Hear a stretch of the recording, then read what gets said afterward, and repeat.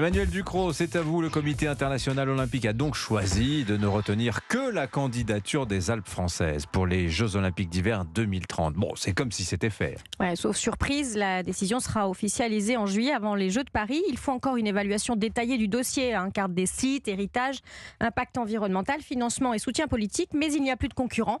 Les candidatures suisses et suédoises ont été écartées, trop chères. On voit mal le CIO se retrouver le bec dans l'eau en juillet. Mais donc c'est une bonne nouvelle. Surtout pour Laurent Wauquiez, le président de la région Rhône-Alpes-Auvergne, qui a mis la main sur un projet mené à la va-vite avec Renaud Muselier, le président de la région PACA.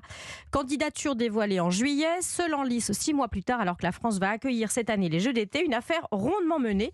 On peut y voir la marque de l'excellence d'une campagne, d'un projet qui courra sur toutes les Alpes. On peut y voir aussi une victoire du recyclage. 95% des équipements existent déjà. Le budget sera donc limité à 1,2 milliard d'euros sur le papier. On peut aussi y voir un combat gagné faute de combattants parce que les Jeux d'hiver, ça n'est plus ce que c'était.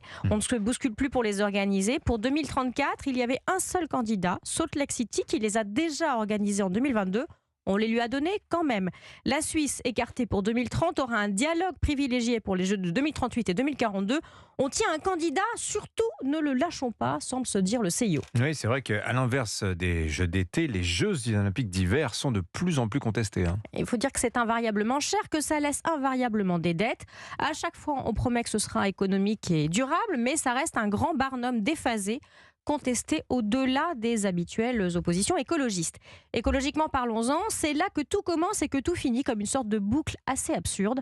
Dans les colonnes de l'opinion, sous la plume de Yon Elisalt, il y a peu, un opposant français au JO, le skieur de fond Stéphane Passeron, soulignait le paradoxe. Je cite, « Les Alpes encaissent de plein fouet l'effet du réchauffement climatique, c'est de pire en pire et ça va très vite.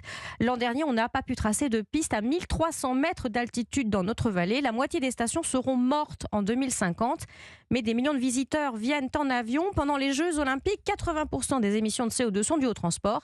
Tout ça ne semble plus avoir de sens. » On a l'impression qu'on arrive un peu au bout de l'idée de ce rêve olympique des neiges. Le 13 octobre, le président Thomas Bach, le président du CIO, a communiqué une étude sur la durabilité des Jeux d'hiver. Elle est édifiante. Seuls 10 pays seront encore en mesure de les accueillir d'ici à 2040 contre 15 aujourd'hui. De moins en moins de neige, de plus en plus d'imprévus. Rares sont ceux qui veulent maintenant se lancer dans une aventure aussi hasardeuse. Modèle daté, Jeux d'hiver, Jeux d'hier, stop ou encore. Il aurait peut-être fallu se poser sérieusement la question après Vancouver en 2010. On avait transporté de la neige par camion et par hélicoptère car elle avait fondu sur les pistes. Il aurait aussi fallu se la poser après Sochi en 2014. Un budget délirant, une gabegie en fabrication de neige artificielle dans un climat subtropical, 700 000 mètres cubes stockés plus d'un an à l'avance, mais on continue et on fonce tout chousse, tout droit dans le mur. Signature Europe 1, Emmanuel Ducrot. Les voilà rhabillés pour l'hiver, ces Jeux olympiques. Merci beaucoup Emmanuel.